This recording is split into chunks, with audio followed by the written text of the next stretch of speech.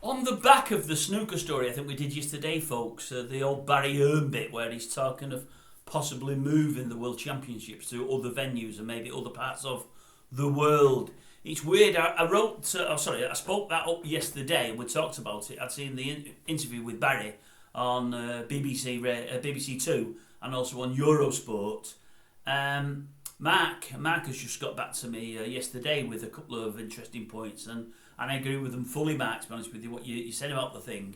But I had something else to bring to it, because I heard something else only last night. It was late on last night now. It was a bit the worse for wear, but I read something online and about golf. Now, we all know golf's fractured massively over the last couple of years since, was it, the Saudis got involved. They've got Liv. I think they've got PIF or something.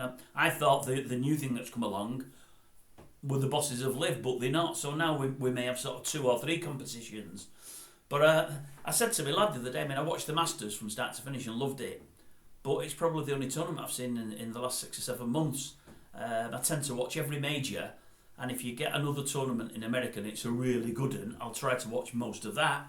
But I've watched hardly anything other than the majors these last few months, and the reason is I'm losing interest in it to an extent because of what they've done. I just find it so soul destroying that folk that have got so many millions, and they're on a even different plane to the snooker boys. They've got millions and millions anyway, are walking away from the tours that have got them all these millions, and I know it's their own talent as well, but walking away to these things that have been set up where they're throwing money around like confetti. And I'm thinking, well, do they really need that much more money?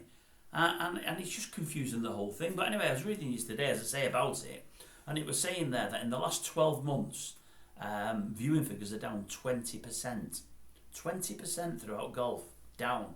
Now, golf is a game that over the last 5 or 6 years is really starting to take off, and you know they was doing so well with the majors. They've got some characters coming back in now after Woods' slow demise. They've got some people there that are looking pretty good. It's pretty healthy at the top, but there's 5 or 6 really good golfers, and it was going really, really well.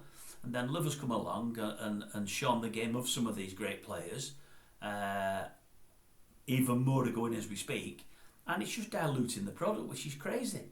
It's absolutely crazy, and that would be the worry with snooker. At the end of the day, if they take it to far off climes, and like Mark said, the time differences, I mentioned that yesterday myself, it's crazy. When are we going to watch it on the BBC? When are you going to see it? The time difference, I don't know what the time difference is, but I bet it's 6, 8, 10 hours.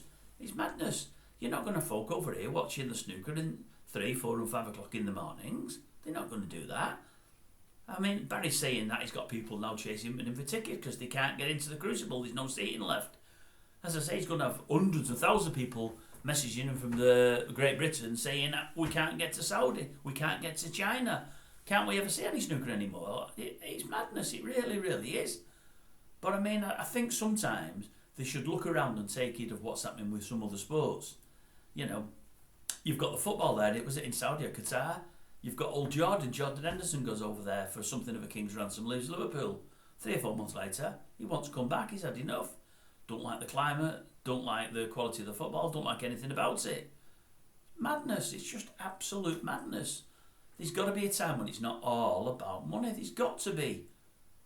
I read today also, I think Ronnie O'Sullivan's saying, now look, Barry Hearn's trying to say, well, they can compete in other bits and pieces if they want to, but they've signed up for my tour. As long as they do it in the 10 or 12 weeks that we give them off, they can do what they want in them 10 or 12 weeks.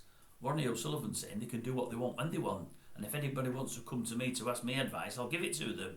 And if anybody out there, any other broadcasters or any other governments want to come to me and offer me this, that or the other, snooker's a short life and I'll listen to anything and everything, and I believe everybody else should.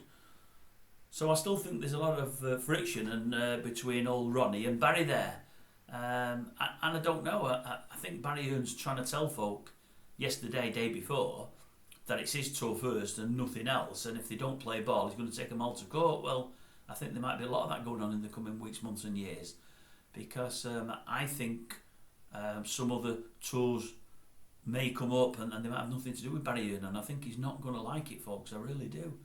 Anyway, we'll see. We will see. I've rambled on, haven't I? I tend to do that. I do apologise.